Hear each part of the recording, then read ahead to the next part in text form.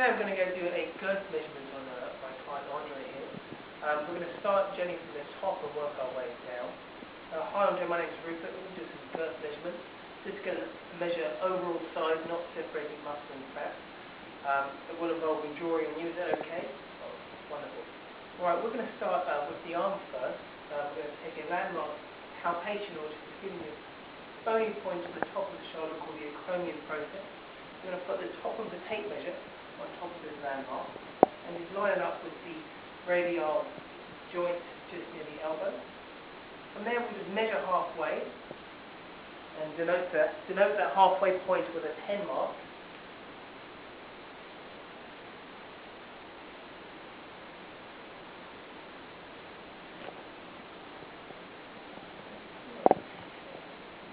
Now, Rui, can you just show us that point that you're measuring, the lower point on? Sure, just in between his brachialis and the crook of his elbow, just that proximal radialis joint in there.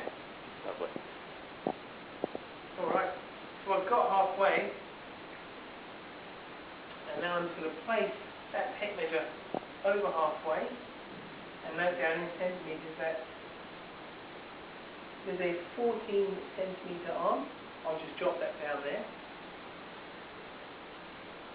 Whilst I'm here, I'm going to make two marks in anticipation of the forthcoming test, which is the skin fold. So I'm going to find the most posterior portion of the arm for his tricep reading and make a mark at the back, and the most anterior portion of the arm. So I'm going to put my hand out and find the most anterior portion of his bicep, which is just there. Alright. From there I'm going to take a shoulder reading. Ask Andre to put his arms out to the side and find the deltoid tuberosity, which we're going to follow the curve of the deltoid where it inserts onto the humerus, and that's our landmark there. And we'll just go on the other side there. Wonderful. Alright, from the arms down there, please, my friend. Just grab that tape and pass it around the back over your shoulders.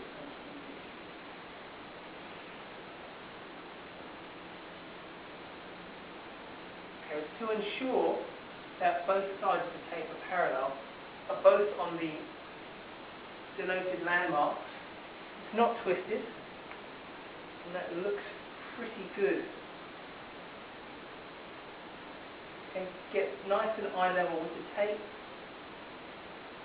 and then take a reading, note it down, and then next is the chest measurement. From there I'm going to ask Andre to lift his arms just up in the air for me, and if you could place this tape over the widest point of your chest, please for me, Andre. Wonderful. Just relax there.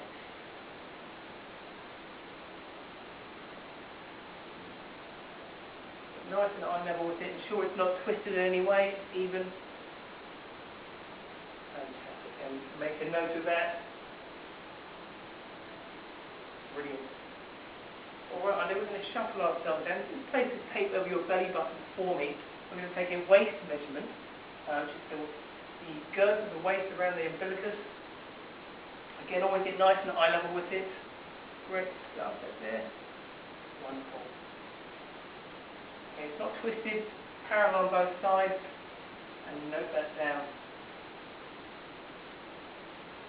Okay, we're just going to shuffle down and do a hip measurement there. Please, Andre, so if you place your feet together so they're touching, we're going to place this tape over the widest point of the glutes. The glutes being curved, we're going to take three measurements, one above the widest point, a tape measure thickness, and one below the widest point, the tape measure thickness. With those three readings, we'll add them up and work out the average, obviously dividing them by 3. So we'll just make sure it's on the widest point, get nice and eye level, ensure the client's got no phones or keys in their pockets. Okay, keep together. Okay. Note down the first reading. We'll go one tape measure thickness below that initial mark. Note down that reading. And just one tape measure thickness above that. Obviously with those three, we have an average of those. Get that a little straighter. With those three, we'll have an average, which you can work out. Okay, almost there. We're just going to slide the tape down. Pass it on, just take a slight step to it, just a bit wider, I think. I'm going to grab that tape from the legacy.